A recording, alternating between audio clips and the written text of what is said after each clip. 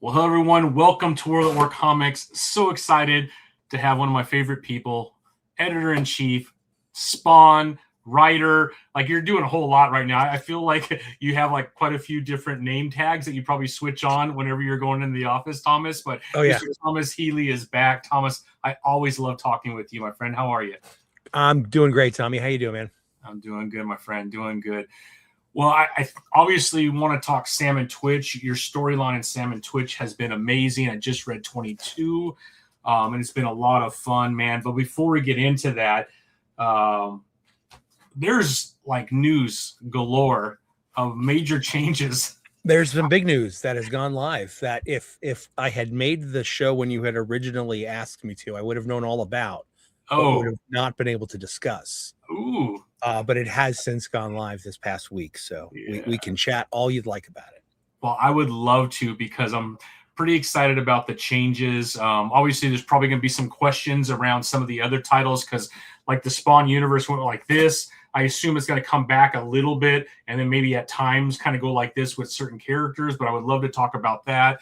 Obviously, we got big news about a 5-part series that Gail Simone, who is a legend in her own right, is going to be coming over as She Spawn title, which is pretty exciting. We were talking before we hit recording. That whole conversation took place. You bumped into her and said, hey, we got an idea. How did that work out with Gail?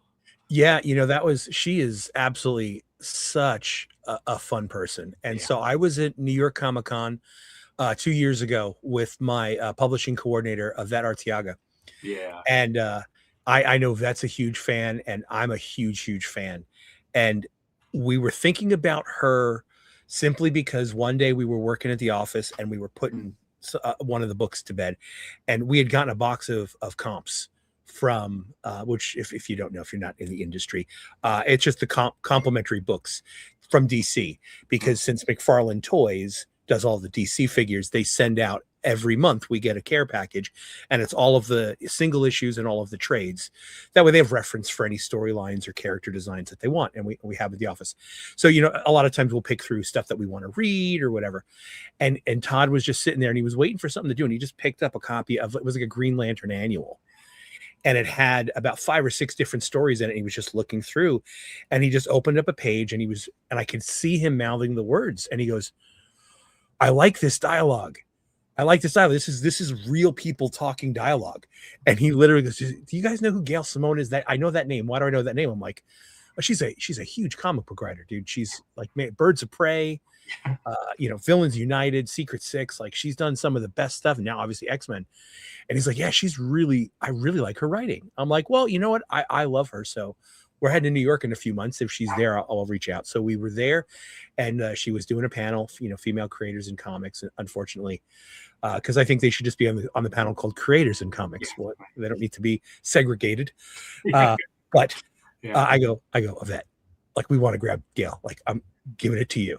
I'm tagging you in. Go get her. And like 2 hours later, we finally like reached out. She's like, we got her.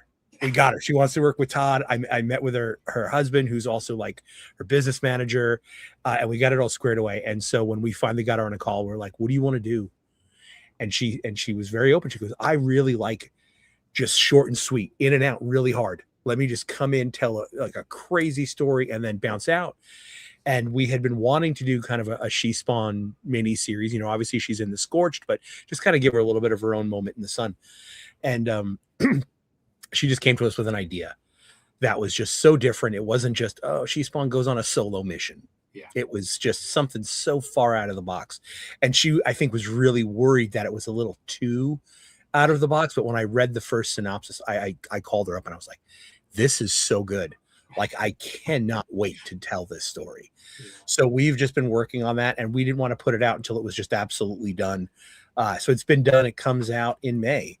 So we're gonna be seeing that, and that's absolutely super cool, incredible art by a Brazilian artist named Iguara, who I have become a huge fan of. And I can't wait to potentially do more stuff. That's his cover. Incredible. But absolutely super cool story by Gail. And I think people, if you're a fan of the character of Jessica Priest, who I personally am, I love, which is why I'm excited to kind of get to play with her a little bit. Yeah, I think you're going to dig this. Yeah. And this action packed every issue, start to finish. Yeah. Well, there's some for all the cover collectors too. There's going to be some banger cover collectors like Guara, Martina. We got the blank sketch, obviously. So we got some Comic Cons coming up. Booth is doing a cover as well, and then there's the variant, the black and white by Booth too. So a lot of amazing covers, and I'm really excited. I love She Spawn too, and I cannot wait. And I'm a fan of Gail too. I mean, I'm a big Conan the Barbarian outside of Spawn. And her Red Sonja runs were amazing. She did one with Jim Zub before. Like, she's just done a lot of stuff with Red Sonja. Oh, yeah. So, yeah, really cool. I mean, what a great pickup, too, for the team, man, to be able to have a title with someone like Gail on, too. Yeah, we just kind of felt this was just the perfect storm for her. Like, we just, Yvette and I knew really specifically, because even Todd was like, do you want to do a Spawn thing? Yeah. Do you want to ride Al? But even Gail was like, I'm really good with female characters. I like female characters. I personally enjoy writing female characters. I love writing Nyx. If Todd was like, look, I'll give you Nyx ongoing until you want to stop, but I'm not giving you any other books. You can do that. I would seriously consider it, because I love that character. I love writing female characters, and I love that world. And Gail just kind of came with that same energy of, look, I'm really good with female characters.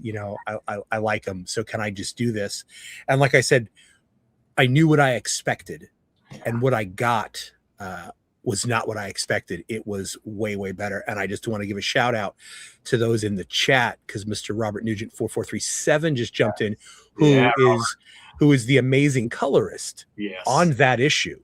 And you do know him, because if you read Spawn, this is the man who has the unenviable task of having to color Brett Booth's pencils.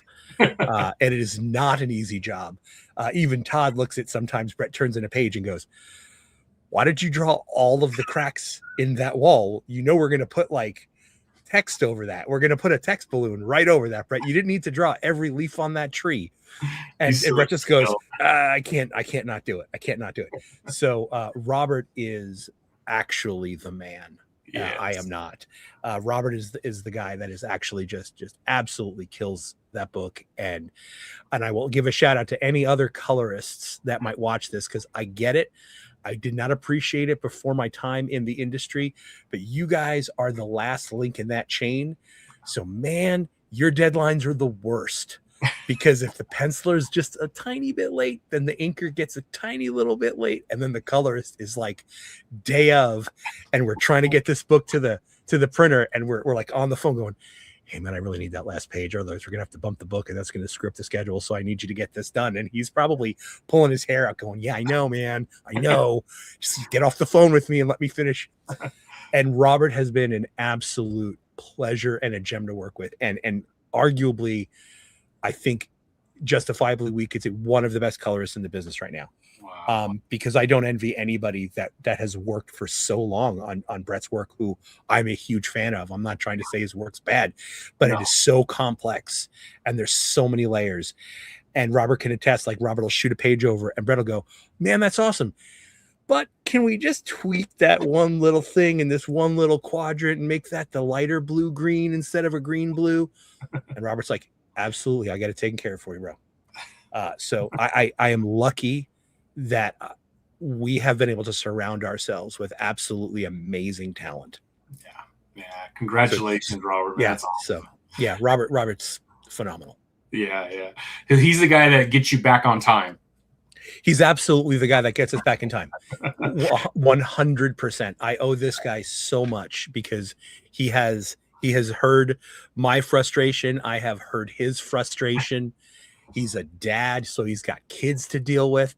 I get it, and I have a much greater respect than I ever did for colorists. As a comic fan, I was always the guy that I followed the writers I enjoyed. Yeah, the art. Yeah, there's sometimes it's just art that you don't vibe with. Yeah, but for the most part, I could read any comic as long as it was like a cool story with a writer and a character that I enjoyed.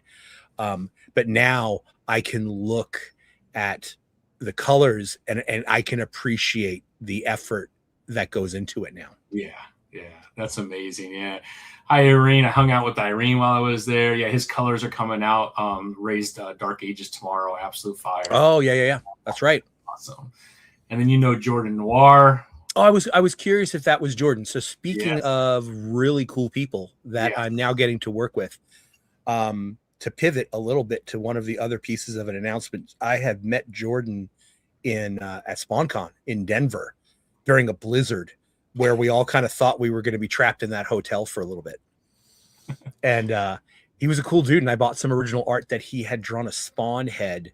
I got to throw this on my Instagram because I don't know that I've ever done it. It's a Spawn head that he drew on like an old record album sleeve that had nothing to do with Spawn, but it was like this, I don't even know what the music is, but it was like this creepy kind of goth chick, and he drew Spawn next to her, and it's absolutely gorgeous, and it's hanging up in the office.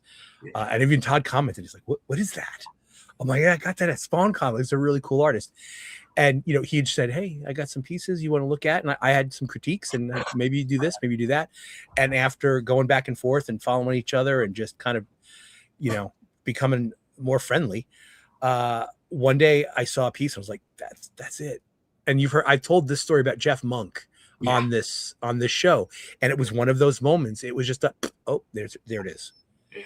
That's the one. And funnily enough, he came back, and Jordan can confirm this. He came back and went, you know what? I'll do it better. And what it was it was a She Spawn piece. Ooh. And it was the She Spawn with the negative space. And he had done one a while back.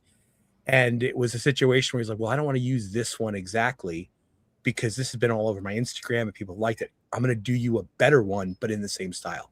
Nice. And it was like, and I've had a lot of artists do that. It's like, that one's just really good the way it is. And so we ended up getting this. I had to use the second one, which was even better. Absolutely better, because then he gave me like a whole bunch of backgrounds to choose from, and we went with a really clean one. And so when it got announced that I would be taking over as the writer for Spawn, I was like, I want that cover. I mean, not Spawn. I said Spawn. I mean, on Scorched. Scorched, yeah. I was like, I really want this cover. And we were talking about for the books that are coming out with the new creative teams, we didn't want to do crazy overload because we had just come off the 50/50/50s, and the She Spawn has a bunch of covers. So we're like, hey, let's just do like a 1 in 150. And then Image was like, you guys should do foil. Like, you guys don't do foil. Yeah. And this is like our first, I think might be our first full foil cover. So like, yeah. And then we're just going through all of the covers that we've gotten we got a big repository. Yeah. So we're just picking out, okay, we've got this cover we can use for Spawn, and this one for King Spawn, and how about this one for Gunslinger? And then I had just like only a couple of weeks earlier gotten the one from Jordan, and I'm looking at it, and I actually pulled it up, and I sent it to one of my production artists, and I was like, wouldn't this look really cool with this red, and it's all foil, and like, because it's not a detailed background, and sometimes those get a little washed out when you do the full foil, but this is just like the red and then the highlights of all of She Spawn's kind of costume and armor. I was like, I think this is gonna pop. And so we sent those all to in, and Todd was like, oh, I really like that She Spawn one. That's really good. Who's that guy? I'm like, a brand new guy. He's going to be doing a ton of stuff for us. You have such a good Todd McFarlane, though, by the way.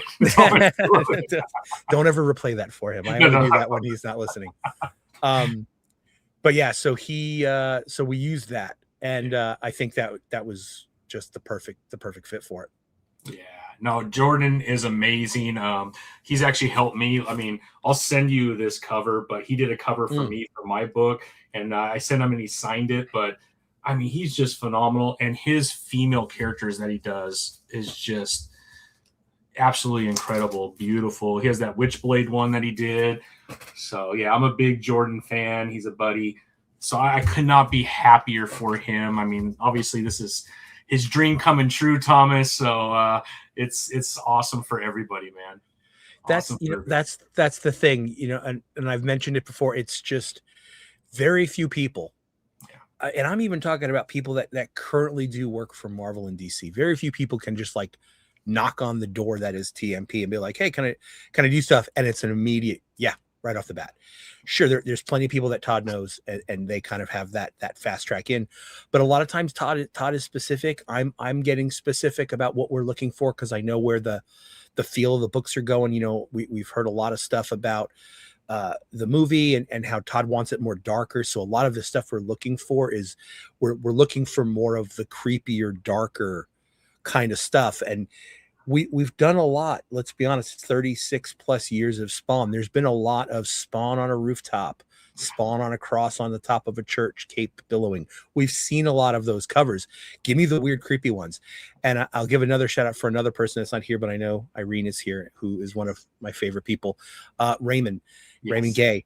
I think both Jordan and Ray have a really good eye for, you mentioned it before, doing really cool, sexy women on their covers without it being TNA. Yeah. Because that's something we don't typically do. Like I have pitched and I have kicked back several covers from various artists and some names that people have heard of, where they'll do like a she Spawn and they have like her suit like unzipped and there's cleavage. And I'm like, there's no zipper. Zip it up. Come on. Like you can do her sexy, but her suit's not coming off. Exactly. And I think they both do a phenomenal job of just doing sexy. Like now Witchblade, there's always going to be a little bit more revealing on Witchblade than there is a character like on Nyx or She Spawn. But again, it's still kind of tasteful, and there's plenty of room in the industry for TNA books. Yeah, I get it. You know, there's lots of people. I have a lot of friends that do stuff for Coffin Comics, which, hey man, I love Lady Death. I read those books growing up. But for us, you know, sexy is cool. Yeah. You know, boobs hanging out, not so much. And we're really lucky that we've got a lot of this kind of new generation of Spawn creators that are coming on board that have an eye for it, I think, more than maybe the 90s era guys where there was just a lot of boobs popping out everywhere. And I think now you can be a little bit conservative, but the art sells the sexiness of it. Exactly. Yeah, exactly. Yeah, Robert said, well, that made my day. Glad. Yeah. Yeah, Jordan, he said, pretty honored to be one of the first foils, which is awesome. Yeah. Like I said, I think we've done like the foil logo before, but I think this is the first like full top to bottom foil that we've done. Yeah, that's awesome. Here's Will joining us tonight. Yeah, sex appeal can be done without being lewd. Yeah, I agree, Jordan. Yeah, 100%. Yeah. 100%. Yeah, and She Spawn is more about an S factor than sex appeal for me. Yeah. I vetoed a cover for Black Ritual that one of our regulars sent in, because it was just basically her in a bikini. Yeah. I'm like, I don't understand what the need for this. I don't understand where she is. Cause like, no offense. Like I kind of look at like Jessica and Nick's like, they're like my little sisters. Like I like them. I want them to be powerful people. Yeah. And I want fans. And I take this from Todd. You know, Todd's named his wife a character. Both of his daughters are characters. He wants them. Yes, this might be a little dark and weird and twisted for them to enjoy based on their fandoms, but he still wants them to be able to read this. And it's the same thing. Like I want my wife to be able to go, I'm looking forward to the next issue of Nyx. And if we had, you know, Nat have running around with like just a thong on, I don't know that I'd be comfortable showing that to my aunt or to my mother-in-law. So again, I think you can do sexy, like Jordan said, but it doesn't have to be lewd. And I think that's a good spot for us in the Spawn universe to be. No, couldn't agree more. We got Mr. Raymond Gay. We're just talking about you, Ray. So his ears were burning. His ears were burning. Yeah. Yeah. So we got you coming up. So I'd love to share. So I'm on Bleeding Cool, because they had a great article with a lot of things that you all are doing. Yeah. And some great news came out. I mean, so what I thought was really unique, Thomas, is it does seem like they say Todd is stepping away. I don't think he ever steps away, but he is kind of stepping back a little bit and bringing in like a whole new generation of writers for a lot of the titles. Is there anything behind that? Does it have to do with toys, or just he's in a place in life where he just kind of wants to take a little bit of step back? Because he's been doing a lot of writing. Yeah, you know, I think he just celebrated his birthday. Yeah. You know, they're living out in LA now, and there was a lot of speculation. I saw it all over. Oh, he's going out there because the movie. He's going out there to sell this show or that. And I just want to be like, no, it's because all of his kids live out there. Like they just want to be a family. You know, they're a really close family, and his three kids live out there. So they had a an extra house out there, and so they just moved into that house, and it's a beautiful area in California. So no, he's still full time on kind of be like running the thing. This is just, I think, him stepping back more from the creative aspect of writing the monthly titles. You know, he is still staying on as creative director of the company. He'll still oversee all of that stuff, but like as mentioned, Matthew Rosenberg is going to be taking over Spawn and King Spawn. That's something that Todd has wanted for a while, in order to have a creative team that is going to be kind of managing both of those books. So if they want to have story that carries over, like, it's still, in my mind, still a little bit of, you know, Spawn's the main book that deals with a lot of the high level situations in the Spawn universe, the war between heaven and hell, the return of Malbolgia, where King Spawn is a little bit more of the personal story, kind of how Batman and Detective Comics to go. Where Batman, he could be, you know, in space with the Justice League, but in Detective, he's usually in Gotham fighting one of his villains. So you can kind of do the, hey, here's this big overarching arc, and but then Spawn goes and talks to that one guy. Well, cool. For King Spawn, you can show the story of him going to talk to that one guy. Yeah. And then with Rat City ending at 25, Erica Schultz is wrapping up that story. We are not wrapping up the use of the character. Right. You know, he's still going to exist. There's Jordan's cover right there. All that beautiful, beautiful all red She-Spawn.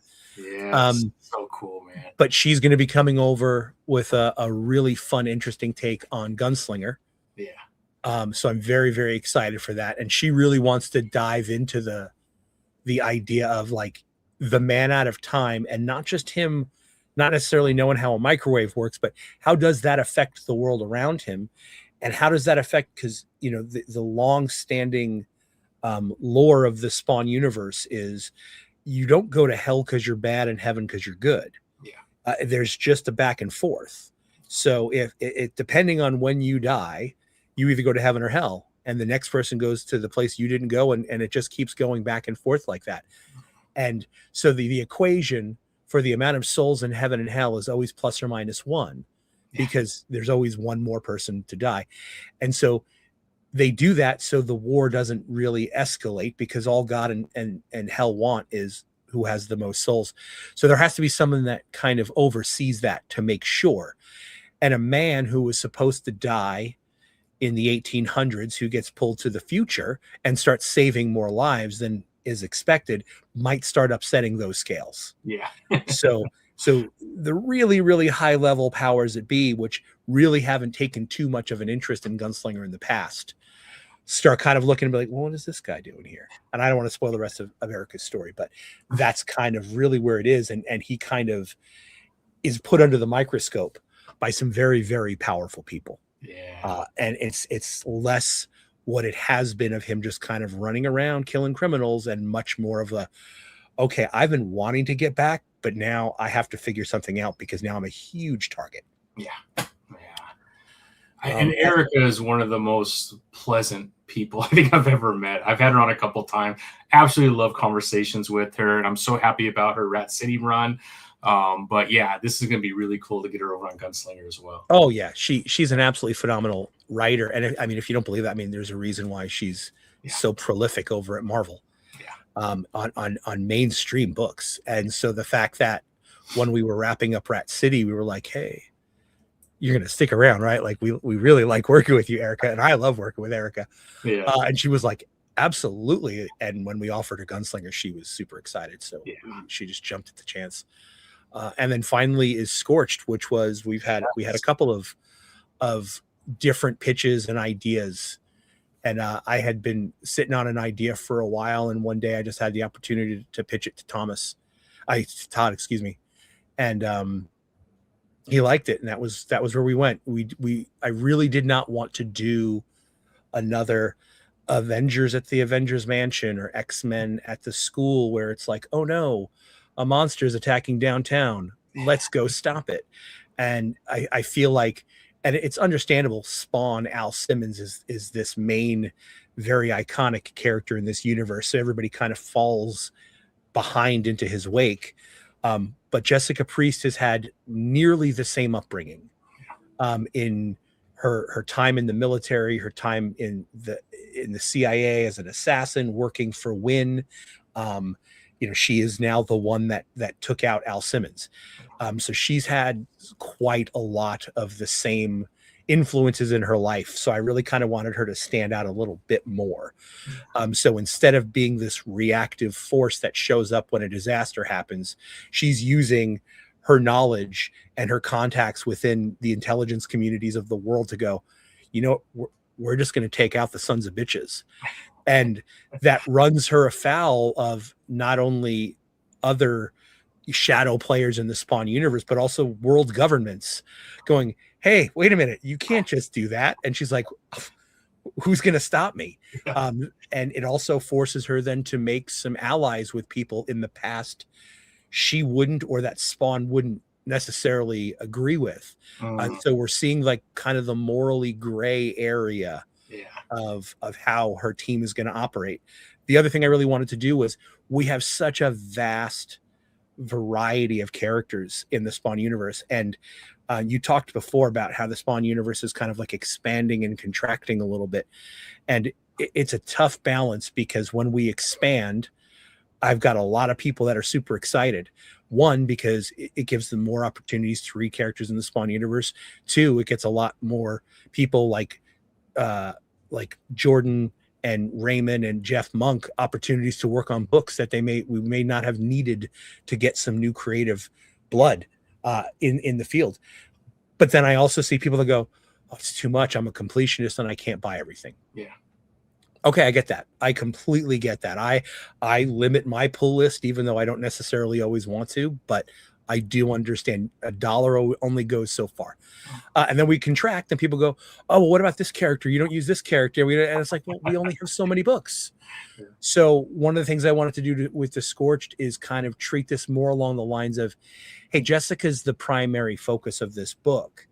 And not every mission needs a redeemer and a haunt and a medieval knight. Sometimes you might need to go in quiet. Yeah. Sometimes you might need to go in loud.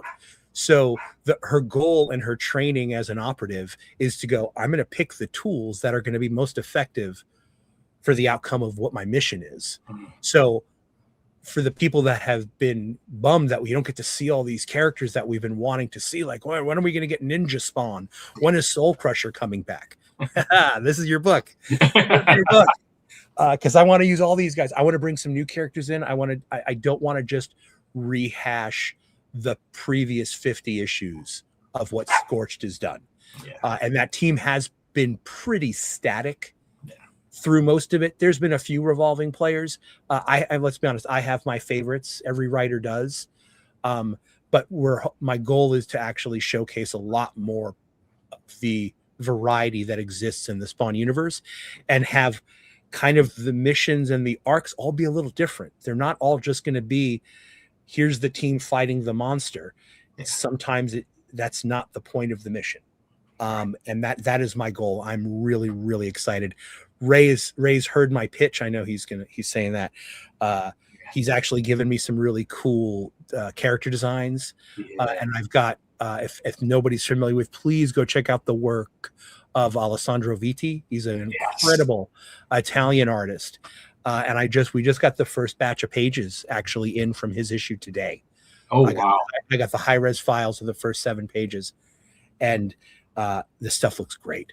Yeah. This stuff looks absolutely phenomenal. Yeah, that's so exciting. Yeah. That's dope. Same here. Inspire each other. Thomas is the man. Amazing stuff coming out from him. Yeah, The Scorch is going to be good, Ray. Yeah. No, I'm so excited. Now, with you going on to Scorch, does that mean you're coming off of Sam and Twitch? Are you going to maintain both of those for a while? Or so much like Rat City, Sam and Twitch is also going to be wrapping up at 25. Okay. So that'll finish my current storyline. And that'll finish the line completely, though. That'll finish the line for now. I think what we're going to do with Sam and Twitch, which was an idea I had early on, I love, and it doesn't work for every book, but I think it really works well for the characters of Sam and Twitch. So if you guys are fans of Sam and Twitch in the chat, drop a like. Because I am. Those are the characters, honestly, that got me into the Spawn universe. In 1992, when Spawn came out, along with all of the other Image books, I remember going to the comic book store with my best friend at the time, Billy Petruzowitz. We went to Bailey's Comics in Lindenhurst, Long Island, and I saw a copy of Spawn. And I had seen Youngblood because Youngblood came out before, and then Spawn. And I'm looking at the paper, and I'm like, the paper's so nice. The colors are so bright. This art is great. And then I remember looking at the price and going, $1.95. Fuck that. Like, I'm not paying $1.95 for a comic because they had gone up. You know, they were $1.50, sometimes even 99 cents for a lot of the other books. Eventually, though, the love of Image gets everybody. And I've told Todd this, Spawn wasn't my favorite. I really liked Jim Lee's stuff. So Cyberforce and Wolf Protashio's Wetworks were my two favorites out of all of the Image launches. I think Wetworks was probably my favorite of that initial barrage. So we kind of we're looking at that and just trying to kind of bring some of that vibe back. And that excitement back at some of the early stuff. Yeah. Well, I mean, incredible, man. And I'm super. Oh, I'm sorry. I lost my train of thought because we were talking about Sam and Twitch. No, yeah. You were talking about how those are your favorites. Yeah, those are my favorites. And again, those, most comics were brought in to do long ongoing runs. Mm-hmm. I love the Hellboy model, which is, hey, here's a storyline. Plague of Frogs, whatever, the Wild Hunt, and you can just go, it's 8 issues and it's done. So what we're going to be transitioning to Sam and Twitch over would be Sam and Twitch case files, the case of the Black Lotus, whatever. And that way, if somebody goes, cool, I'm going to go to the store and they're going to go look at the trades, they don't necessarily have to be numbered 1, 2, 3, 4, 5, 6, right? Because you know it. If you go to the comic book shop and they don't have volume 1, a lot of people are going to go, oh, I don't want to buy volume 2 because I'll be lost. It's a comic book. You're not going to get lost. You'll figure it out. You'll be okay. But there are people that are those completionists with ADHD that are not going to let them read volume 2 before they read volume 1. So what we'd like to do is say, look, every one of these cases is going to be a different creative team. And there may be one mention to that one thing from that one time, but they're all self-contained stories. So that is where we're going, because we did announce, and it's underway right now, is Frank Thierry and Danny Earls are going to be doing Sam and Twitch Gangland. Wow. And that'll be kind of like the first of that format. Wow. So you will still be getting plenty of Sam and Twitch. Yeah. But again, the format will just be, hey, we've got a really cool creative team that wants to tell this story. And that's going to be a 6-issue mini. Cool. That's the Sam and Twitch for 2027. That way we're not killing anybody's wallet, because again, I get it. Every dollar counts, especially right now. Nobody wants to drive to the comic shop. Hopefully you're all close enough to walk. I live in Phoenix. It was already 106 yesterday. That's so crazy. Walking to the comic book shop does not really happen, right? But that's where we're going with Sam and Twitch. Yeah, that's exciting. Again, part of that contraction. Yeah. Any news on Chris Killian? Oh yeah. Anything you're allowed to talk about? I've heard just some things, but I didn't know if anything's been announced yet. Nothing's been officially announced, because obviously it's a Christmas book. Yes. But obviously, if you read I Saw Santa, the ending. Yeah. So yes, that is, we will have the second installment of that this year. I love it. That was such a fun title, man. And so crazy. The couch with all the heads laying across. I mean, it was just insane, man. It was fun. Yeah. Him and his brother Andrew did such a phenomenal job as their kind of first time out. And they were incredibly easy to work with. They took, they were like, hey, we want to do this. We want to do this. And I was like, you can't do that. But what if we do this? And they were like, oh, cool. Let's do it. And then even for this one, they've added a couple of really cool elements that we had come back to them to be like, hey, just to tie this in, just a fun thread to have the Spawn universe, because obviously that story, once it gets going, it kind of splinters off into its own thing. But you have that great moment where it starts off with Sam and Twitch. Yeah. So we wanted to have some more of that, and they did. Yeah, they came up with something really, really great. I love it. I love it. We got Corey in the house. What's up, Corey?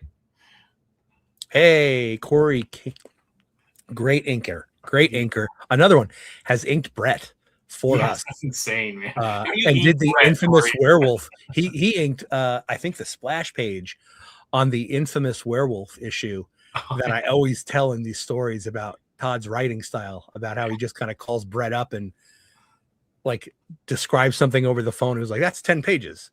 But Corey actually got to ink, I believe it was the splash page of the werewolf howling at the moon with all of the different colored fur and stitching and stuff like that. And it's just such a ridiculous story. Yeah. But Corey was part of that, man. He was part of something very special. Yeah, that's incredible, man. Yes, Hellboy is good for a reason. Couldn't agree more. Yeah, I think it's a great way of doing it right now. Yeah. I mean, as is, let's be honest, a lot of image books that are not from the partners are usually already, shorter series. Like you're going to have certainly stuff from guys like James Tynion that are going to be like Department of Truth, Long Run, Geiger, but they always, because they're doing so much work elsewhere, a lot of times they're put on hiatus. A la Saga, I think, Battle Beast is on hiatus right now. But yeah, I think it just came back with 7. Yeah.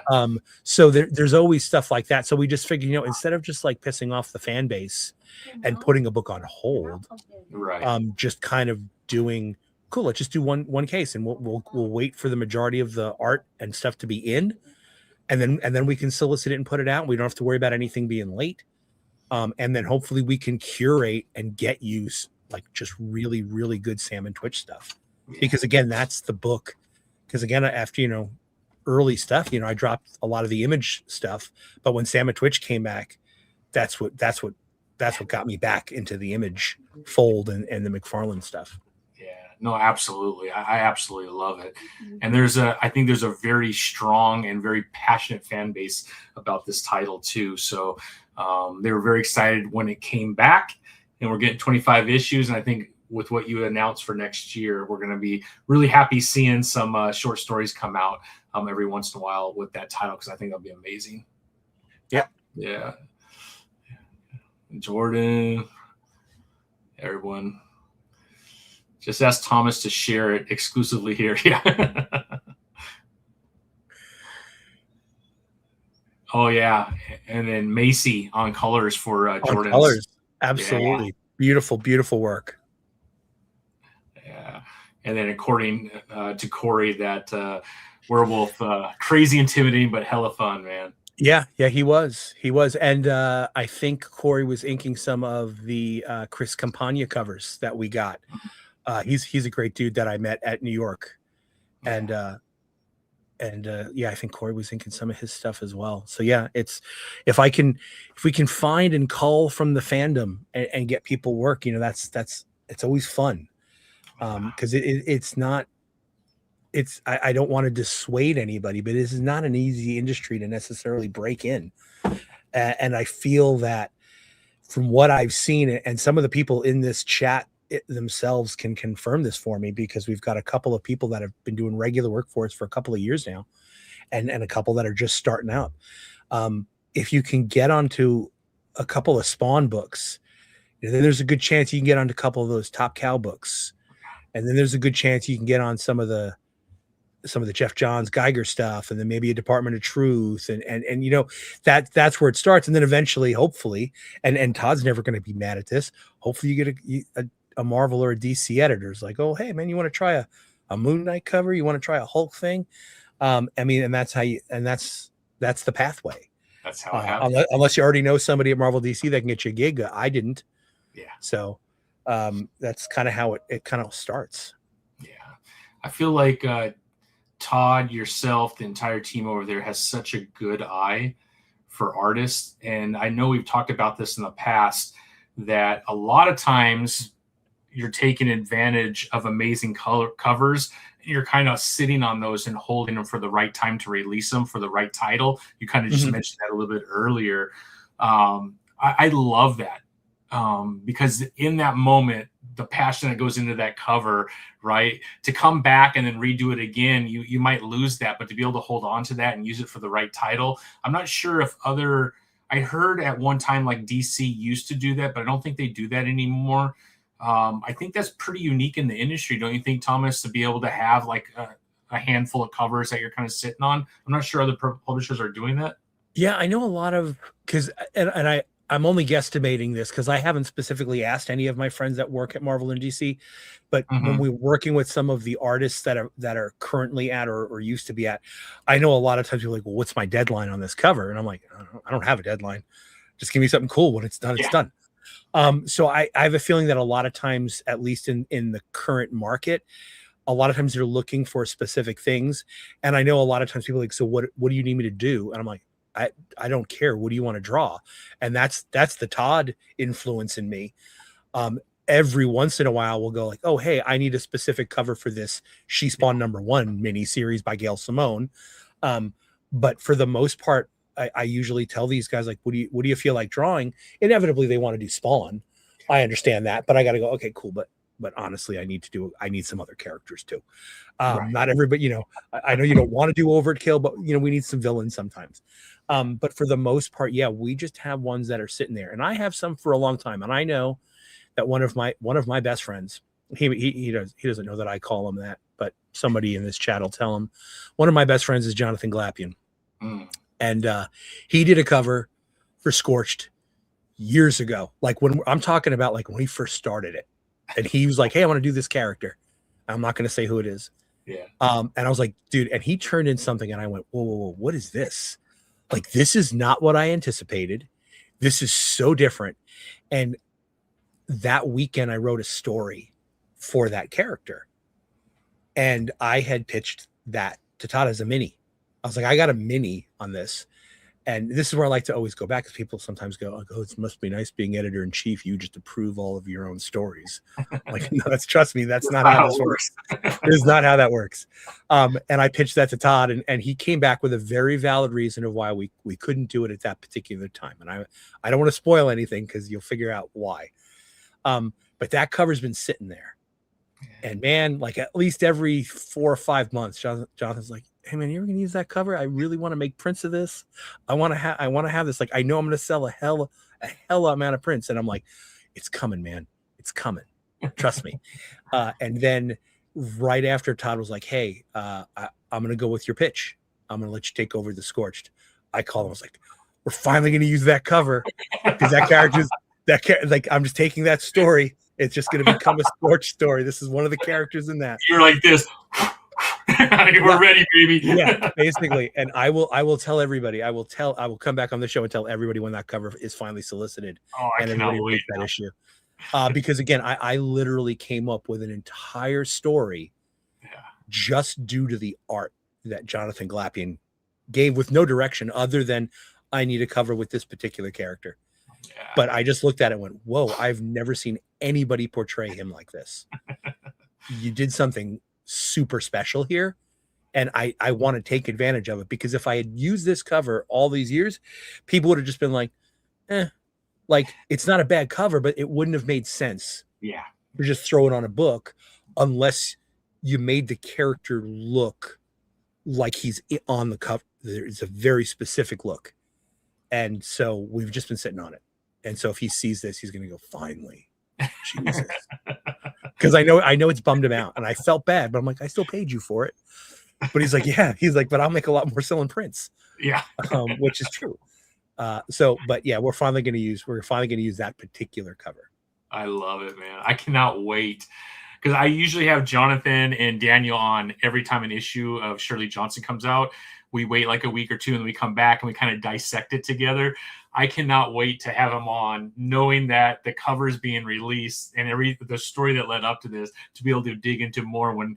If you bring it up to him, he'll know exactly what cover it is, and then he's gonna be like, "Man, that son of a bitch will not use this damn cover." And I'm like, "It's coming, it's coming." Speaking of those two, did everybody see Todd's post today about the Totoro homage that they did in the current issue? No. Oh, it's on Todd's Instagram. Let me pull it up while you're. I don't know if you can do this. I'll be the first. Corey's right. Yeah, Jonathan needs no direction. He is absolutely a genius, an absolute genius. So But yeah, so Daniel's a huge manga fan, and I want to get everyone to see this because I just thought it was such a super cool idea that Daniel had. oh, I think I know which one you're talking about. And let me share my screen real quick.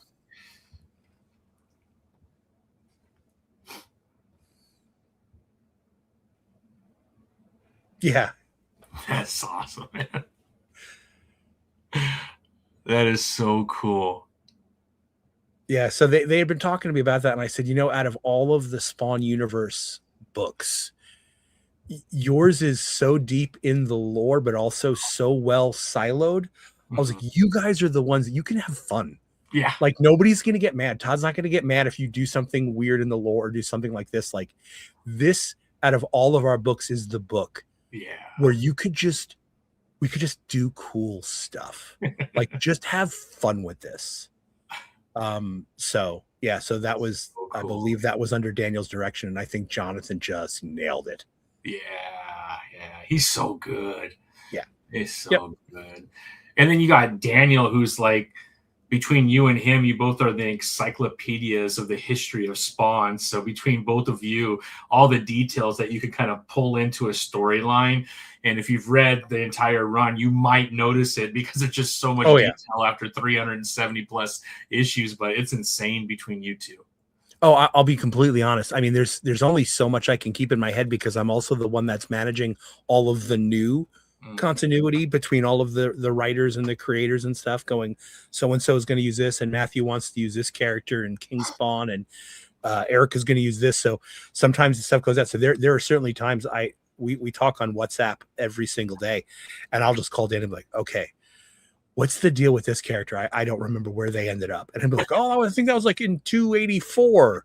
The so-and-so did this. I'm like, cool. That's what I needed, Daniel. He's like the Ray Man of Spawn, right? He gets his totally is. Cincinnati. He totally is.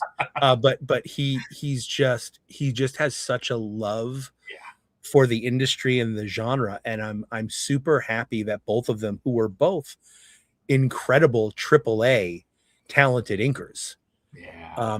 Very few people other than maybe my boss can say that, I was Greg's inker for so many years, and Daniel gets to go, I was Frank Miller's inker, whatever. They're on the Mount Rushmore of inkers, and for both of them to be able to go, we want to do more, and transition to both artist and writer. And then, I'll be honest, it was a little nerve-wracking that first, like, Daniel's not necessarily a native English speaker. So how is this going to work? He speaks fine, but when we got that first like plot and story synopsis and all of his lore document, man, I remember like me and Yvette were reading through that together in my office, and we're both like, oh my God, this is so good. and much like Gail's story, we're like, this is just not what we expected. This is not a typical Spawn thing, but it fits so perfectly in our universe. And he's just pulling from so much interesting back matter and lore from over the years that this is probably, and no offense to any of the other people I work with at all, but this is probably the best book we're putting out. It's certainly my favorite right now. From just both an art and a story-wise perspective. These two guys just have put something special together that I don't think it would have happened if it was just one or the other. Just the way they work together, they have the same background as inkers, and they have the same background of not really wanting to be a whole inker anymore. They wanted to do more. And boy, they just nailed it. They just absolutely nailed it. And I think hitting into this year, their first arc is wrapped up. We've got some plans to maintain the schedule a little bit cleaner on that. We've got some exciting stuff happening. I don't want to spoil it because I know there's going to be some press releases about it soon, but we've got some exciting stuff happening with that book that is going to make it, I think a lot more people are going to go, what did I miss? It came out with a lot of the other Spawn books, but I feel like I want people to go like, I made that. That was my mistake. That was one of the books I should have been picking up issues on. because they're going to get that trade. Because I get it. A lot of people just go, oh, there's too many miniseries. I'm just going to get the trades. Yeah. Like I've had since the Black Ritual trades come out, I've had a lot more people coming. I didn't pick this up in singles. Yeah. But wow, this is really good. When's the next one? Yeah. When's the next one? And I think this is going to be one of those books that a lot of the Spawn fans that kind of were like, I'll catch up on it. Looks a little weird, but they're going to read and go, oh my God, So this is incredible. This is what the Spawn universe was missing. Yeah. Couldn't agree more. We were talking about that transition into art and then talking about all the crazy art. Just so you know, you've convinced Irene to start, working for Spawn as well. That's cool. Ray's wife. Yep. So Irene, turn in your art to Thomas as soon as you can, so you can look it over, I guess. Yeah. Are the Spawn Origin Deluxe editions going to continue? Is Volume 9 coming, or is that line ending? No, those are all still continuing. They've had to slow down a little bit because obviously, as we were for a very long time, there was just Spawn. Yeah. And so there's only so many printers that can handle those nice big books. So we have to schedule that out a little bit further apart now because we've got other books going to press. Again, this year and leading into the next year, we don't have nearly as many minis and stuff going on that we had in 24-25. So you should see a little bit easier on the schedule. But yes, the compendiums are all still completing. The deluxe editions are all still continuing. So yes, 100%.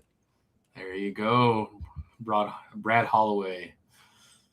And then Jordan just mentioning that he knows Monk had a cover that was done a little while ago. Very normal, right? Yeah, it can be. Yeah, I mean, sometimes there's one that we just grab right away. If it's something that we're going to use for like one of the cons or something like that, we'll do that quickly. But yeah, we have quite a few, especially Spawn, because when somebody new comes on board, I appreciate that. I went to Jordan specifically for a She Spawn cover, but told him, no, you're going to get to do Spawn too. Because nobody's restricted to, you don't get to do this cover or that. We just go, here's a character reference guide. What do you want to do? If he came to me and said, I really want to do nothing but Cygor, if you can give me cool Cygor covers, I'll take them. So that's all that really matters. But yeah, like Spawn is the character we probably have the most covers of. And then there are just some people that are just so prolific. I get covers like every other week. I'm getting here's 4 more sketches, and I can't take and I don't take all 4 because it's like I can't have nothing but your covers on a book for 3 months in a row. Yeah. So we have to go, hey, I don't need anything from you right now. But yes, we're just slowly going through them all. But yes, Jeff, I love, and he's such a really just cool guy. And I like his funny stuff too. He's quite funny. He's very funny. He's very funny. He's very funny. He sends me lots of like, hey, check out this reel I saw. It made me think of you. And I go, oh, okay. But yeah, Jeff's a good dude. But yeah, that's kind of how it is. Yeah. We do have some covers that it's just like there's, once they're paid for, we're going to use them. It's just a matter of the timing for it. Mm-hmm. Yeah. I think everyone feels this way about you, Thomas. You've set a high bar for editors. Love to see so many folks getting opportunities in the Spawn universe. I think sometimes, I don't know what your conversations are with Todd and within. I'm sure there's a lot of appreciation, but from a fan perspective, with all the titles that you touch, Thomas, you definitely are a beloved editor-in-chief for Spawn fans. You touch everything, man, and it's just a lot going on. So we try to. I try to, and I know, and hey, we've talked about it before. I know there's complaints. Nobody's perfect, and no book's ever going to be perfect. But with our new process going in with the new creators, because I have multiple times on this show talked about Todd's process, and that worked for him. And in the 90s, man, people were doing crazy things in the 90s. So that's especially Image Comics. Yeah, he just didn't change. Yeah. But with the new process, we're actually, and I'll address this because I saw a sassy comment on Reddit today. We will have the scripts in on time and much earlier to go through the editorial process. So hopefully, as the readership ingests the new products and the new creative team stuff, you will certainly see a decline in any kind of errors on our end, because they do happen, because a lot of times, and we were talking about this early on with Mr. Nugent, we are up against the wall on deadlines, and there have been times we've been up at 3:00 in the morning, putting lettering in, and when you are sleep deprived, and it's a matter of like, if we don't get it in today by the time the printer wakes up, the book has to get pushed potentially a whole week, if not more, because they scheduled that next week's book. So if there's not a slot, they may go, no, you're now 2 weeks late.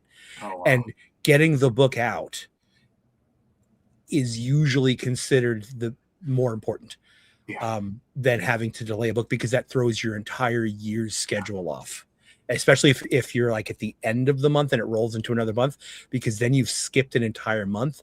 And budgets are considered on Spawn should have 12 issues a year, but if we do that, then only there's 11, and those 12 issues have to sell X amount of dollars to pay for everybody's paycheck.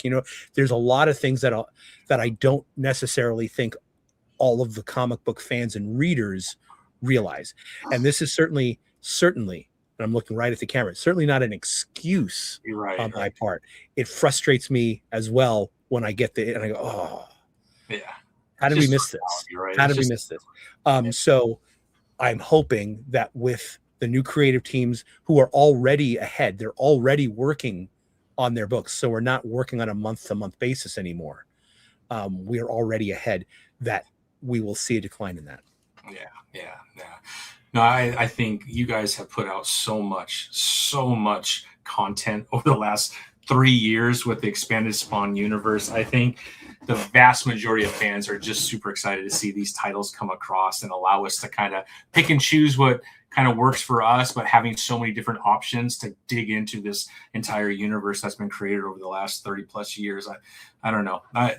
Those kind of things don't really bother me personally, but I get it, Thomas. But I think you have done an incredible job, man. You're managing so much. I appreciate that. Thank you very much. Okay, official. We're having some official communication here. I'm assuming that was to me. Jordan, yes, you can do a Raven cover.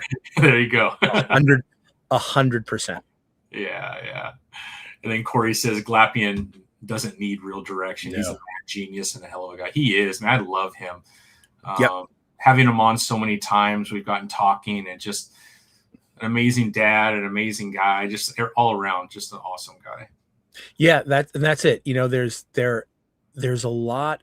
I mean, you work with artists, you talk to a lot of artists, and there's a lot of weird personalities in the art realm, and I think some of that drives the art. Yeah. And I've talked to creators that like Todd's been friends with for years and years and years, and like they're just like these grumpy dudes, and they don't want to have small talk, and it's just like, man, just tell me what you need from me. And it's not that they're mad, it's just like that's them. That's just them.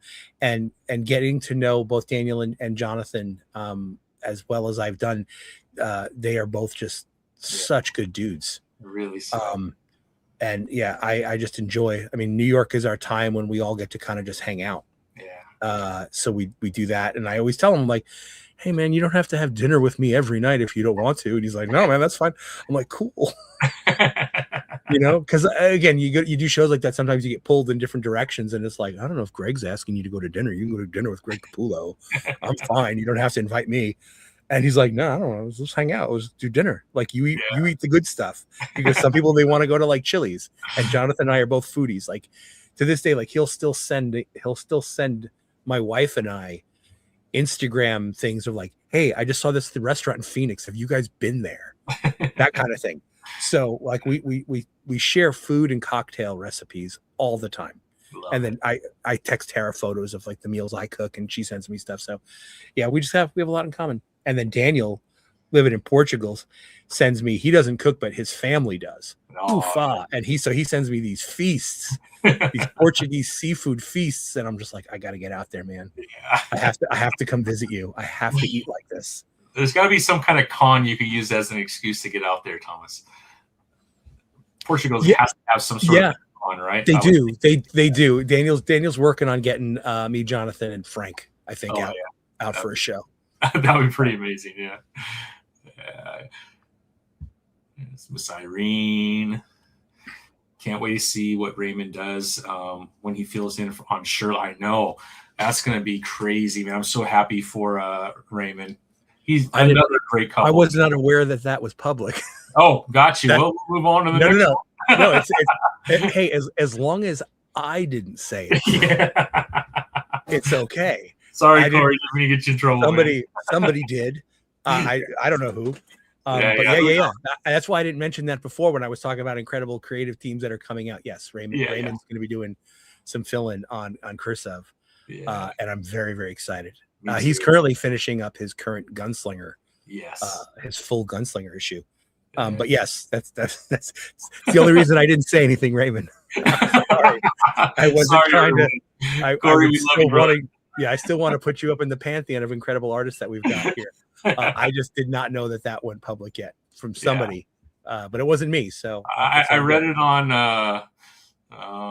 what is it called? Bleeding Cold. That's my story, and I'm sticking to it. There you go. Totoro homage, which is awesome. Yeah, what's going on, Adam? Hey, Adam. Oh, Adam had a question. Yes, what was your question? Oh, how do I always find such high quality artists and writers? Because, and I will say this, and I've used Jeff Monk before, and Jonathan Uribe before. To come on board, like it's one thing, and I'm not trying to say this to diminish any other comic book company, right? Not every cover that we have had is necessarily a banger. I get that, but when you have a boss like Todd McFarlane, who does care about all elements of his books, you get to learn what he is looking for. And it's not always necessarily what you think is the best that comes in, but he can just tell good art. And so after being there for, I think, eight or so years, I've kind of picked up, and it's still to the point where I can surprise him though too. With some of the covers, again, like Jeff Monk's first cover, which was just the skull. Honestly, I think Todd probably would have just passed on that, only because it was just a skull. And he really likes covers that are portraying some kind of action and have some kind of movement to them. But once he saw it on the book, he went, "Oh yeah, that is kind of cool. That's gonna pop on the shelf." Yeah, like that'll pop. I mean, Jordan's cover is exactly that. There's no way that somebody is not going to look on that wall on New Book Day and stop and stare at that cover, whether they've read Scorched or not. They're going to go, "Damn, that's super cool. Like, what is this?" And hopefully they've racked it right. So you go, "Oh, it's Scorched 51." Yes. But that is going to be something that I think we're going to see a lot of. So it's unfortunately me going back to some of these artists and going, "This isn't it yet. Yeah, I love your stuff.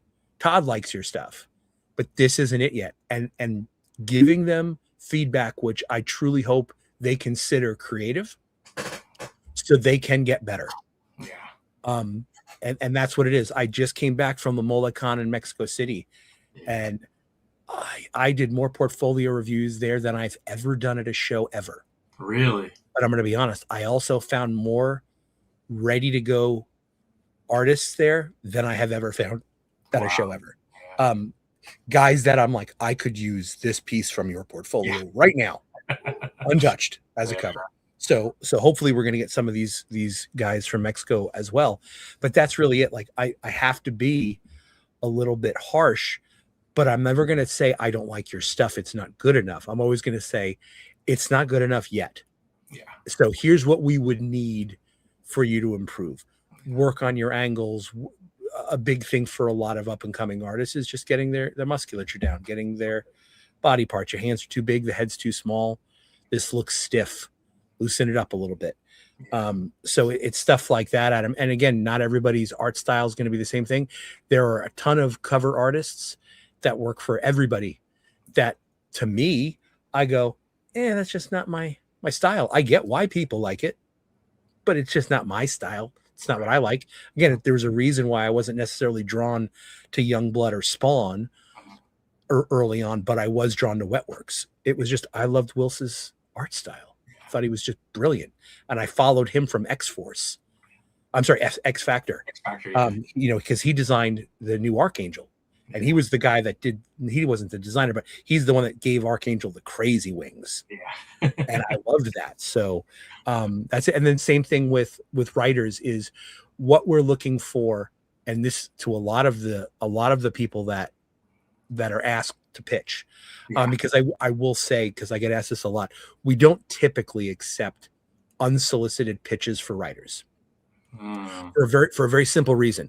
If you give me your Spawn pitch, and I don't know who you are, but let's say you're Mr. J, and you give me your Spawn pitch, and I read it and go, this really isn't that good enough for us right now. We're going to pass. And then 2 years down the road, another writer happens to do a story that has a similar Spawn element. I don't want to see anybody on the Instagram or Twitter going, yeah, they ripped off my story. I gave them that as a pitch. They didn't use it, and then they just gave it to another writer to use, because I've seen that before. Oh yeah, no, So unsolicited writing is not something we do. I'll love to read your comic that you wrote, because that might make me go, Tommy actually is a decent writer and maybe we should do something. But you can't give me your Spawn pitch, because we're not gonna do that. And so a lot of the writers that we do approach, they're really surprised when they give the pitch document and Todd's like, yeah, your story is fine. We can do whatever. We can fix your story if it's not good. Yeah. I want to know your dialogue, because what he's looking for is real world dialogue. He does not want, Captain America standing, and I love Captain America, but he doesn't want a hero like monologuing. Yeah. How dare you assault the citizens of New York City? I'm going to stop your nefarious plans. And I was like, nobody talks like that. Not since the 20s or 30s, right? Yeah. We want real dialogue. So I have a list of movies and TV shows. I go, this is the stuff that Todd likes. Go watch Wind River. Yeah. With Jeremy Renner. Go watch the movie Sicario. Yeah. That's a great one, because those characters could arguably be superheroes, but there's no quipping. There's no joking. When they need to get serious, they get serious. And they deal with the real world ramifications of their actions. And that's what Todd and I are looking for. So a lot of times it's like, give me your dialogue. And like we were talking about earlier, he didn't care what the Green Lantern story was. He was just reading what Gale was writing as dialogue. And he read one page and went, that's it. That's it. Yeah. That's what I'm looking for. Yeah. So we do have a kind of idea from both artists and writers of what we are looking for. Yeah, that's incredible. Super exciting. This is sorry, Corey. Look at Ray. What the fuck? Surprise, Ray. Surprise. We kind of talked about this, Ahoy Boy, but Rat City will be ending at 25 for now. Character will still be within the Spawn universe, but Erica's getting to write a finish to the story. It's not just dying on a cliffhanger. But yeah, so she's gonna wrap that up and then transition to Gunslinger. Yeah, very good for her, man. This guy, I don't know Ahoy Boy, but he's coming in hot with the good questions. Good questions, yeah. His last one, yes. So Ahoy Boy, Spawn 77, all of the art is done. So yes, so Spawn 77 is still in production. Art is done at this point. They're working on the script. It's going to be Todd and Mark Spears, and you'll see that later this year. And yes, the Freak is still happening as well. You know all the deep cuts. Yeah, right on, man. I don't know who that is, but he must be an insider. Yeah, insider. Yes, both of those are still going. Yeah, I love it. Here's Jordan. When both you and Todd told me exactly that was a big turning point. Yeah, gave him the feedback on the art, exactly what you need, the critiques, the tips. I feel like that's when he hit his stride, which is awesome. Yeah, and that's it. I mean, we're not trying to turn anybody away, you know, Todd, I think, gets a real big joy out of discovering somebody that then gets into the industry and becomes a professional due to that. Yeah. Like I've said it before in other interviews, like I will get texts from him at 3:00 in the morning, and I'll be like, check out this profile I found on Instagram. And it'll be like, he only has like 2,000 followers, so nobody's discovered him yet.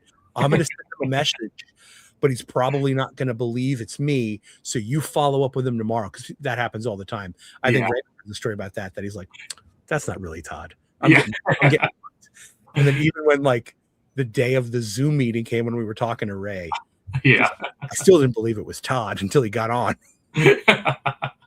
You know, I had Kaibar on, and he said Todd reached out to him through Instagram, and he ignored it for like a day and a half. He goes, "That's not Todd." And then we finally respond. He goes, "Oh shit, that is Todd." Yep. Yeah, he still does that now. He knows. He usually has me follow up. Yeah. To be like, hey, just and you got a message from Todd, but we'd like to set up a call. Like, here's his assistant's name. And that's when the freak out takes place by an artist. They're just like losing their shit. 100%. Focus, still a go, Corey. We're still good with that. Nice. Again, some of these things, we were talking earlier about the expansion, the contraction. We do listen to feedback. It's not going to direct the business decision. Yeah. But on the same token, we do care about the fan base. So I'm usually the one that's in the Reddit groups or the Facebook pages, and I see what people talk about. So there were a few of these things like Spawn 77 and Focus that, as we were planning on dropping them, we were like, you know what? Let's wait for some of these others to finish first. Let's wait for Dark Ages, the first arc of Dark Ages, because Liam does have a multi-arc story going. Let's wait for the first arc of that to wrap up. That way, again, we want you to be able to go to the store on a Wednesday, go to your local shop and go, sweet, I got 3 Spawn books, and be happy that you had 3 Spawn books. Yeah. And not go to the local shop and go, oh God, there's 6 Spawn books. And then be bummed about it. Like, I don't want you to be bummed about it. So some of the projects that we had announced last year are not canceled. They were just slowly kind of bumped because we're trying not to overload our fan base. Yeah. Makes sense. Is there a chance someone else will pick up Rat City? Same idea as like the Salmon Twitch case files, where like new writers and artists are coming in for small arcs, you think, in the future? That's certainly a possibility. But right now we've got some focus in other parts of the universe. Yeah. But again, I think everyone's going to be pretty happy with the wrap up for it. And again, because I don't want to even call it an ending. It's not. Yeah. But I'm excited to see where we can go post issue 25. Love it. Can we expect Focus this year? And do we know who is going to be drawing it? The announcement for artists has not been made yet, so no. I don't believe we're going to see this year. This would likely be like an early 2027 book. Perfect. I hope Aubrey Sitterson is able to write for the new era of Rat City. He's making a classic geopolitical space opera at the moment with Free Planet. Yeah. Aubrey's great. I don't know him personally. Yeah. I've been a big fan of his stuff. I remember when all the hype came out when they put out that free Planet #1. Yes. And everybody was just going crazy on it. And I was lucky to get one from my local shop. And I remember picking up and going, man, this art's insane. And then just starting to read the series. So yeah, I'm a huge fan. Well, Harry Potter Obama, I feel like Aubrey would be a really good person on that title as well for an arc. I think that'd be a lot of fun. Since you're on Sam and Twitch, can we get some buddy cop movie homage covers, please?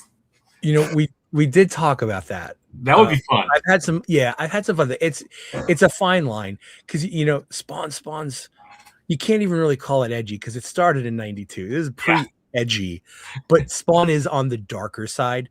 So Todd is very reserved with doing too much that's goofy. Yeah. However, I would love to see some stuff. So if you pay attention to Deadly Tales of the Gunslinger Spawn by Jimmy Palmiotti, Marco Faea, who's an incredible Italian artist that I love working with, has been doing a lot of covers for that series. And if you're in the know, he grew up in Italy, lives in Palermo, but a big fan of the Italian spaghetti westerns that are filmed there. And many of his covers are homages to the old spaghetti western movie posters. Again, the movies are not necessarily as well known as some of the ones that came out in the US, but he always kind of sends me the like, hey, check this out. I'm going to do this cover. So we have done some homages to those. If as long as it could be done ungoofy, we could probably consider doing some for Sam and Twitch. Nice. Harry Potter says, any crazy news I missed besides Raymond doing curses? So this is the last time I'm going to be allowed on the show. I'm going to be handcuffed and embargoed from talking. I'm moving on. Ray got kicked out. I'm glad, Ray. Come on, Ray. When do you get Christopher Lee action? So this is something I have talked. The time I got to see Todd, I asked for Curse of Shirley Johnson figure. Obviously, Daniel and Jonathan would go bananas if there was one. But I would love, I don't know how much insight knows to the other side of the business, but how much you know of some of these other, like we got Rat City really quick, which I got both of them, which I'm really excited about. But the Curse of Shirley Johnson is one that I'm like, come on, man, come on. Yeah, dude, you and me both. Yeah. I usually get asked when they're finally coming down the production line. They usually reach out to me like, hey, can we get some art for the box? Can you write the bio on the back of the box kind of thing and stuff like that. But yeah, I am also, I have not talked to the toys guys in a very, very long time. But yeah, I am also patiently waiting for Curse of Shirley Johnson figures. Yes. I can't see why we wouldn't just go headlong into that. Yeah. Couldn't agree. The designs are just exceptional. They're insane. Yeah. My bad. Raymond, yeah.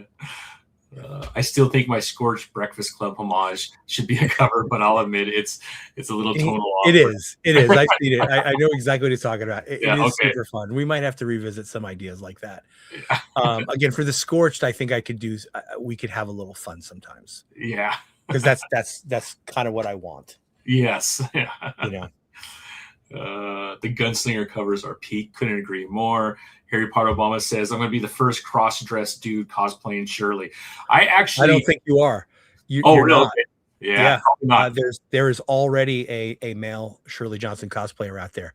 Nice. That I've seen photos from several shows. Really? And he looks incredible. Insane, huh? Yeah. I don't know. You saw my picture because there's a small con. I live in New Braunfels, Texas, and we have a con every year that comes here called Hill Country because we live in the Hill Country, Texas. The Hill Country Comic Con, and Trinity, who is a cosplayer, is on the back of issue, is it 4 of the Curse of Shirley Johnson, because she cosplayed, I don't know where it was, Fan Expo maybe, somewhere she cosplayed, but it actually made it into the comic, and it's her as Shirley Johnson. She's phenomenal. She looks dead like her, except Teddy has legs, and I was like, you got to lose the legs if you want to be accurate on your, but other than that, you look amazing. Yeah, I gotta I'll give a shout out to Daniel, because this is another kind of point of care that he has. He was very, very specific when we got that book. He goes, hey, I know you guys do like the spawning ground sometimes in like the main issues if there's mail to put out. We don't do it every issue. There's just too many issues to do it. And I just don't have the time necessary to curate all of the mail. So, we do fan art and cosplay photos. If you send cosplay photos, I'll always try to put them in. But he very clearly was like, I want to run my spawning ground. I want to have a letters page in every issue. I want to have this as a way to interact with the fans. And so he was the one that sent those in. He does his write up and he sends in the photos. This is what I want in the back. So again, that just shows the care that they have, because that's the only team that's ever reached out to me and said, like, can I do something in that? And they take care, they do every issue. So yes. That's awesome, man. Sorry, Harry Potter, but you can still do it, man. Do it. We'll do it. I would love it. I would love to see it. Deadly Tales of the Gunslinger is one of my favorite ongoing, and I'm a big Jimmy fan. I have him on the podcast all the time because I love him and Amanda. But that is a very fun title. Hopefully, Eric Schultz and Jimmy Palmiotti can work in some timeline surprises. Maybe Zanya or Tobias can have offspring that shows up. Again, I'm going to have to take that as a writer thing, and I can't accept that now. So I have to email. Oh, I lost you. Yeah, you're good. Yeah, oh boy, don't be giving ideas like that. We can't use them. Well, that would be pretty amazing. Yeah.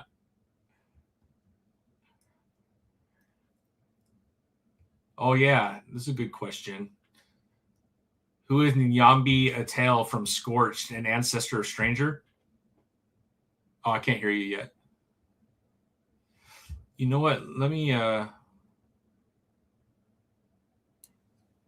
about now? There you go. You're back. Okay. I can't hear you though. Oh, you can't?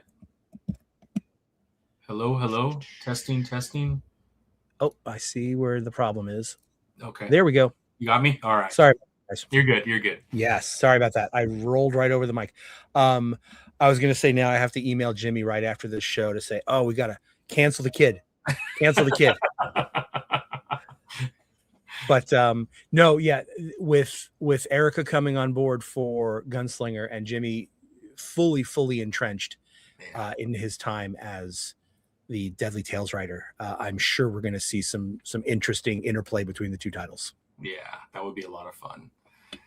What about Nyambi Atel from Scorch? Is that an ancestor of Stranger? Do you know? I do not know. Daniel has kept the lore for his characters pretty close to the vest if they're not directly going to be contradicting any kind of like continuity or lore. So I am unaware of that. Yeah, no worries. Yeah, fingers crossed we get a few more Amanda Connor covers in the Spawn universe soon. I love her art. Amanda's awesome. Yeah, actually, Jimmy and I were talking about that. It's just a matter of time and planning. So yes, I would love to get Amanda on some books. Yeah. Shout out to Deadly Tales new artist Jordy. Yep. Yes, Jordy is going to be starting on issue 16, and his art is phenomenal, and it's not so unsimilar to Patrick's, where it's particularly jarring. Yeah. So the same Luis NCT is still going to be doing those gorgeous colors on that book. So that it will be a very, very simple transition for people. And the story is just hitting some high points right now. Yeah, it's so fun, man. So fun. You can use anything I suggest. I was just happy to see it in the books. I think we talked about that already. That's something that somebody with a lawyer on retainer would say. Yeah. I'm just kidding, but are there any plans to bring back some more of the random spawns we've run into over the years? So Adam, I think you jumped on a little late, but in my pitch for the Scorched, one of my goals is be able to dip a little bit deeper into the Spawn universe and not have such a hard static team for every single arc. So that is my plan. I've already started my list, which is going to be double checked by Daniel Enriquez, the Spawn archivist, to see who I can use and who's available. So yes, please keep an eye out on Scorched for some stuff like that. 100%. That'll be a lot of fun, man. I'm so happy for you, Thomas, man. Thank you. Scorched, the Salmon Twitch, the Nyx. I mean, you're killing it, man. You're killing it. I'm trying. As long as people keep reading them, Todd lets me do it. Yeah. So, that's the goal. This will be interesting because this will be my first ongoing book in the Spawn universe. So, a little bit more work for that. Like for Nyx, I had that idea. I was coming back from New York. I was visiting my parents out in New York, and my flight got really delayed, and I spent several hours in the Centurion Lounge in JFK, and Nat had reached out to Todd and said, "Hey, I want to come back and do a little something for Spawn. Can I use Nyx?" And Todd was like, yeah, sure. Yeah, you can use her. But like, she was currently the queen of hell. Yeah. So I sent Nat the picture of just her sitting on the throne. He goes, yeah, I don't want to draw that. I don't want to do this. I want like the cool goth chick that we based, from the 90s on. So I was like, let me think about this. We can come up with something. And so I basically wrote the whole outline for all 7 issues in the airport over the course of about 4 hours. Just like the main beats of each issue, a couple of scenes, just a little bit of dialogue. And then from there, we started really diving into like, okay, we want to really we don't want to make up magic. Like they always referred to her as just a Wiccan, because whoever was writing her at the time, just they didn't know the occult. So we were like, we're pulling back from that. And Nat and I have our own personal belief systems and stuff like that. So I was like, hey, I want to do this. And he was like, oh, hell yeah. Let's do that. So we really kind of dove into it for that. With Sam and Twitch, it's kind of the same thing. I already knew what my story was, because it was just something that I was playing around with as an idea that wasn't even a Sam and Twitch story initially. I just like coming up with short stories and ideas and stuff. So it was very easy to slot them in. For Scorched, I mean, and again, and I've told you before, like I carry a notebook everywhere I go. And even, if we're at dinner, like I'm pulling that out and writing, because I'll hear a bit of a conversation, or I'll see a dude and I'll read something on a t-shirt or whatever. I'm like, oh, I got to remember that. And I'll write that down. So for Scorched, like I already have a couple of the bigger storylines, but again, it's also maintaining and being exciting. And some of them are like Adam's asking for is, I don't want it again, just like, cool. I know we love these characters in Medieval and Haunt and Reaper and Redeemer, but those have kind of been this static team for a really long time. So who else can we bring in that might be interesting? That's not, and then it might be also a character that people have been clamoring for. Because let's be honest, there are quite a few. In Rory's run in Spawn, he introduced a bunch of interesting spawns. Most of them got killed right away, but there's a few floating around. Right. I agree with you. A musketeer. Yeah, musketeer spawn would be pretty fun.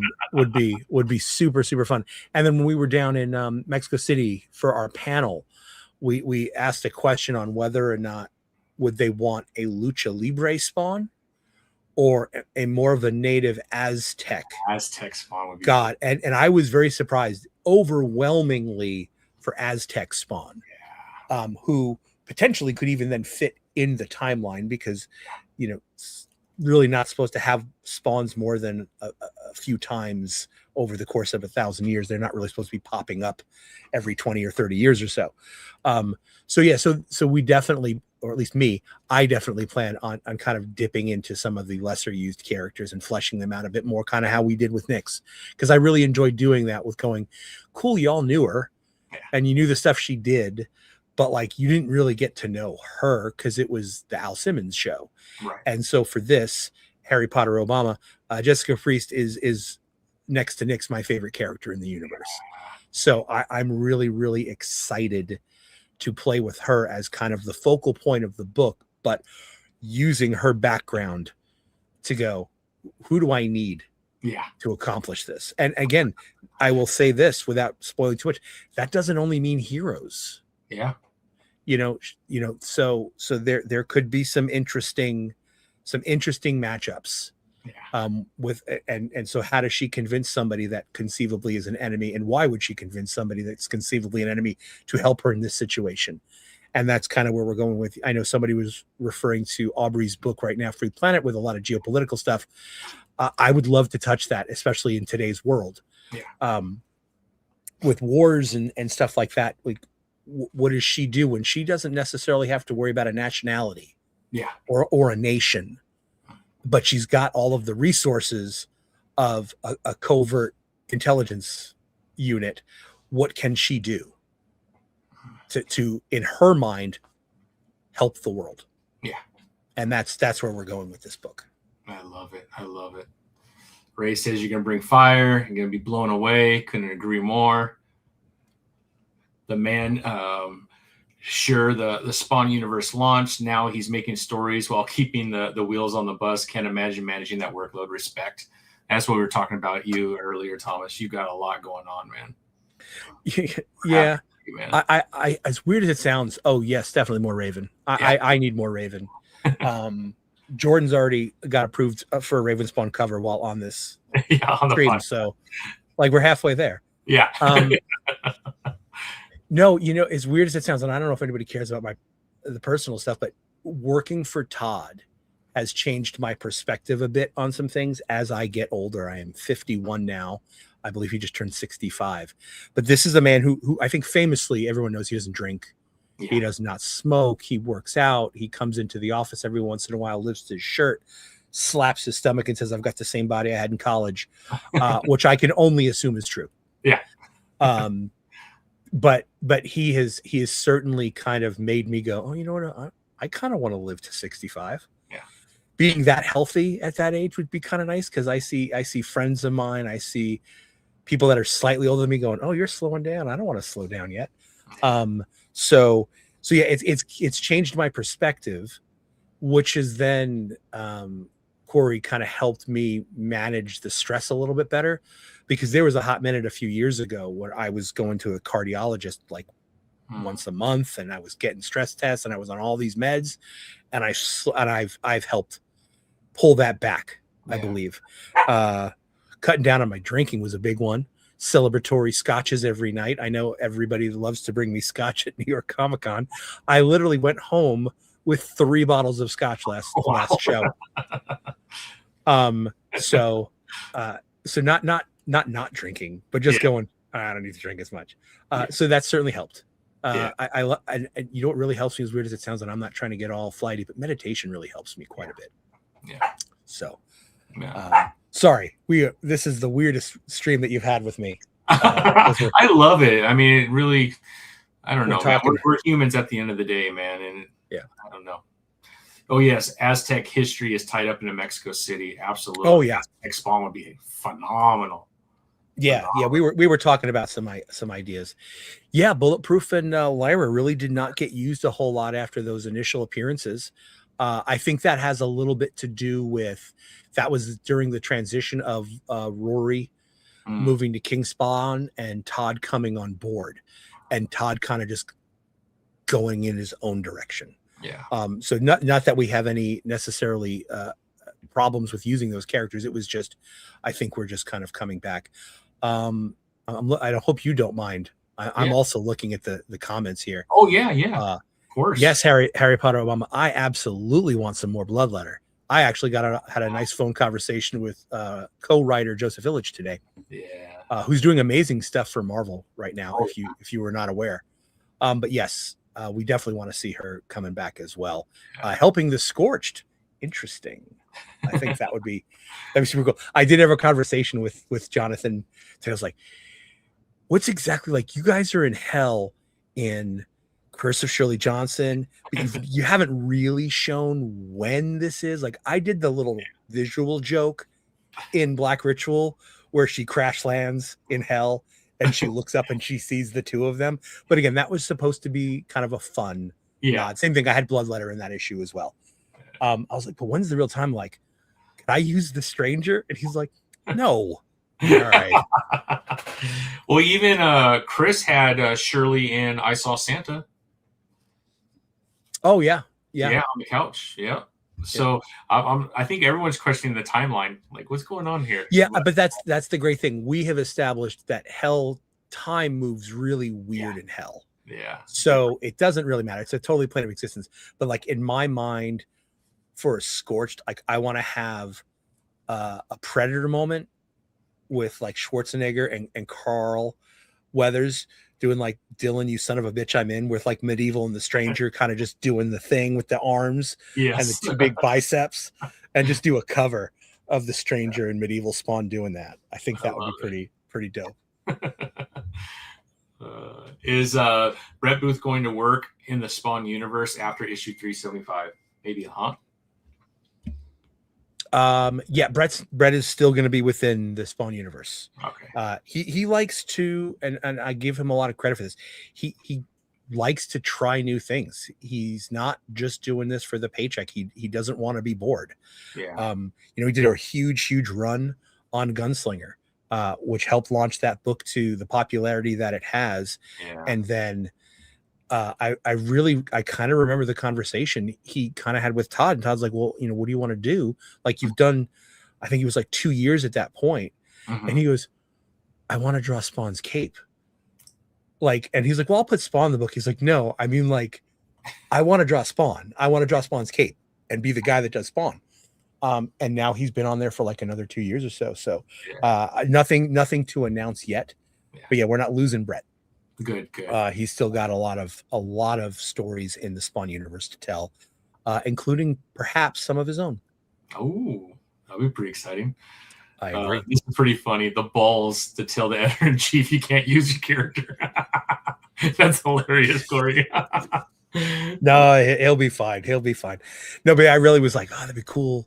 But no, all right, fair enough. Yeah. We can make a new NYCC tradition if your health needs it. Absolutely. Oh, I don't hate it in any way. I had a great time, and I ended up getting to go out to lunch with a bunch of guys that were there, all the Spawn card guys. So it was a super, super fun night. My bigger concern is I'm a guy that travels very, very light. So I don't bring a lot of luggage. So it was just like, how do I get all this back? Yeah. Because you can't. And then I don't know how they even got the bottles. Like, I had people giving me bottles on the floor of New York Comic-Con. How did you get that through security? Yeah. Like, it's in a sealed, the metal tin. Yeah. Like, how did you guys get this through security? But they were super delicious. Yeah. So I feel like it's just you can imbibe on special occasions in a little bit. Yeah. So I love it. But I do appreciate everything that the Spawn fans do. It's absolutely amazing. Yeah, Rami, we did talk about this. We will see a return next year. It sounds like possibly. So there will be more Sam and Twitch. Yeah, so Sam, just to catch up, Sam and Twitch will be ending the ongoing series at 25, but our plans are to continue to do them in potentially like a Hellboy format, where each case is just going to be its own kind of mini series. That way we can get a lot more different creative teams kind of coming out with different stories. Yeah. And then is John Layman writing anything new? He was good on school. John is a really good friend of mine. Nothing within my universe right now. I'm not saying he's not writing anything incredible right now. Right. But he's not writing anything in the Spawn universe right now. Okay. But they're hopefully you should be seeing something potentially announced soon, I think. Beautiful. He's a great dude. We talk about K-pop a lot. Yeah. Because that's his jam. Yeah. Well, Thomas, I cannot tell you how much I love when you come on. I try not to bug you too much, but I always love our conversations, and you're always so amazing, helping out the Spawn fandom understand what's going on. And Sam and Twitch has been amazing. I cannot wait. I mean, this last issue was just that first page. Right? Obviously, the issue before that last page, and then to start with that page in this issue with the head. I mean, yeah, I kind of felt bad. Sam was calling him lazy and all this other stuff, and then he's sitting in a chair and half of his head is missing. But a lot going on within that title, and that has been a lot of fun. Yeah, that's been a fun one. I'm a huge detective fan. One of my favorite, True Detective, one of the greatest TV shows. I love Bosch. I don't know if anybody caught the little call out. There was a little, Apple? Or is that Prime?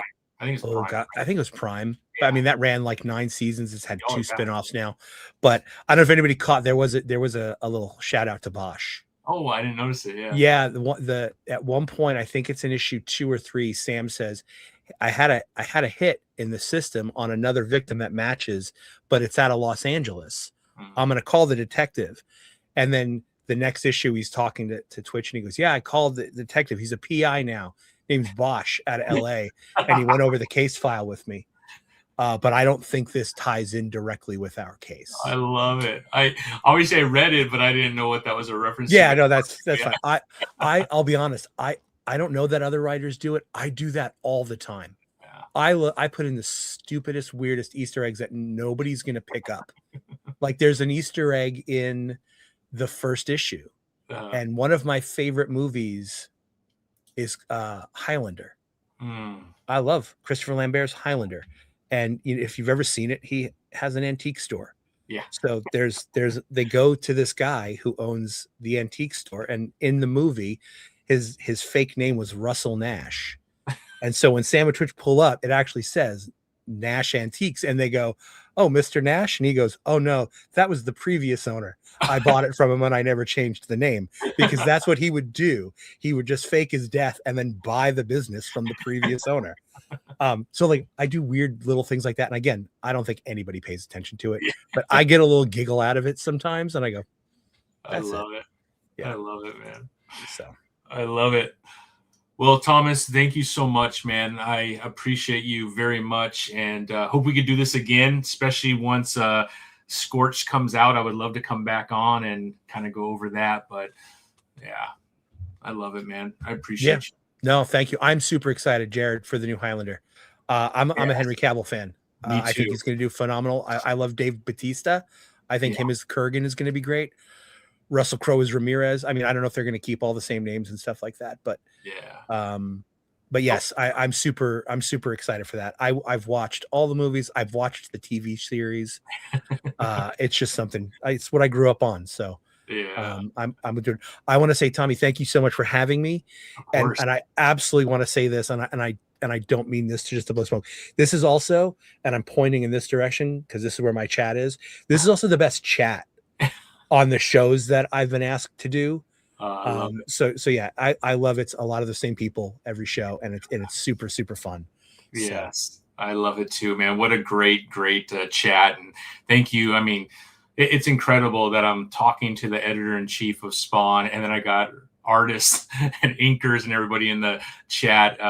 Yeah, it's so amazing being part of this small, this Spawn community and being able to meet a lot of these folks, man. It's such an awesome group, man. And Irene's calling out the hashtag pig taint. Oh yeah, that's our band. Oh yeah, that's our band. Right. Yeah, we've got a punk band called Pig Taint, which will probably be going on tour sometime in early 2029 when we all learn how to play instruments. I love it, man. It's going to be good. It's going to be good.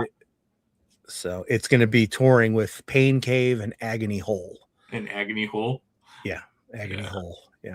Nice. So, but again, thank you very much for having me, guys. It was always great chatting with you guys. It was super cool. Thank you. No, I appreciate you all and everybody in the chat. Thank you so much. I hope you all have a wonderful rest of the week. And until next time, man, stay safe and we will talk to you soon. Thanks, everybody. Hang tight, guys. Yeah.